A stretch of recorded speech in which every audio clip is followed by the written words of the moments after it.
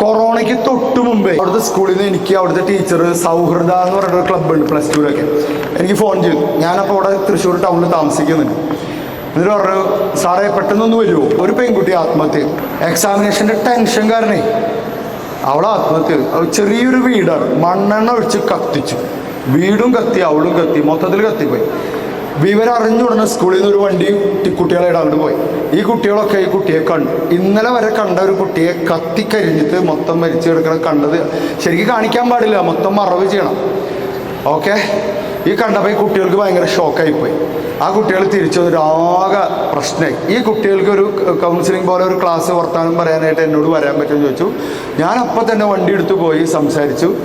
കുട്ടികളൊക്കെ ഷോക്കിലാണ്. അപ്പോൾ ഒരു 3-4 മണിക്കൂർ സംസാരിച്ചപ്പോൾ കുട്ടികളൊക്കെ ഒരു ഇതൊക്കെ. പിന്നെ ഞങ്ങളുടെ കൂട്ടത്തിൽ കുറച്ച് സൈക്കോളജിസ്റ്റുകളൊക്കെ ഉണ്ട് കൗൺസിലിംഗ് ചെയ്യുന്നത്, അവരായിട്ട് 1-on-1 ഒക്കെ ഇരുന്ന് കഴിഞ്ഞു. ഞാൻ പറഞ്ഞെന്താണെന്ന് അറിയോ, മറ്റേ കുട്ടി അവൾ മരിക്കാൻ കാരണം എന്താണെന്ന് അറിയോ, പഠിച്ച് തീരാൻ സമയമില്ല എന്ന് പറഞ്ഞിട്ടാണ് മരിക്കുന്നത്. എന്നിട്ട് എന്ത് സംഭവിച്ചെന്ന് പറയാം, അവിടുന്ന് 2 ആഴ്ച കഴിഞ്ഞപ്പോൾ കൊറോണ അടിച്ചിട്ട് മൊത്തം ലോക്കായി. ആ എക്സാം നടന്നത് 9 മാസം കഴിഞ്ഞിട്ടാണ്. അതും എല്ലാവരെയും പാസ്സാക്കിയ ഒരു എക്സാമിനേഷൻ ആയിരുന്നു. ആത്മാവിന് നിത്യശാന്തി കിട്ടട്ടെ, അവരുടെ ദുഃഖത്തിൽ നമുക്ക് പങ്കുചേരാം. അവളെ കുറ്റം പറയുന്നല്ല.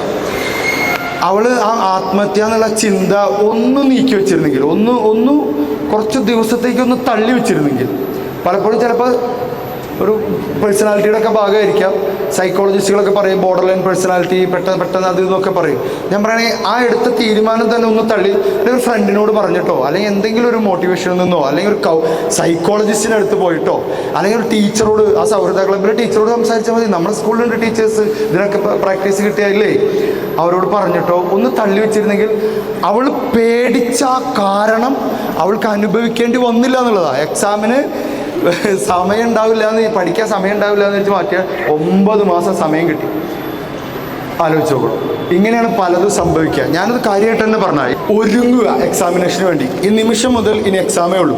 എക്സാം ഭയങ്കര സംഭവമാണോ? അല്ല. എന്ന സംഭവമല്ലേ? ആണ്. ഒരു ഡയലോഗ് പറയാം, നിങ്ങൾ പഠിച്ചത് ഓർമ്മയുണ്ടോ, നിങ്ങൾക്കത് റിഫ്ലക്റ്റ് ചെയ്യാൻ പറ്റുമോ എന്ന് ചെക്ക് ചെയ്യാനുള്ള ഒരു ടെസ്റ്റ് മാത്രമാണ് എക്സാമിനേഷൻ. ജീവിച്ചിരിക്കണോ വേണ്ടയോ എന്ന് തീരുമാനിക്കാനുള്ള ഒരു ടെസ്റ്റ് അല്ല.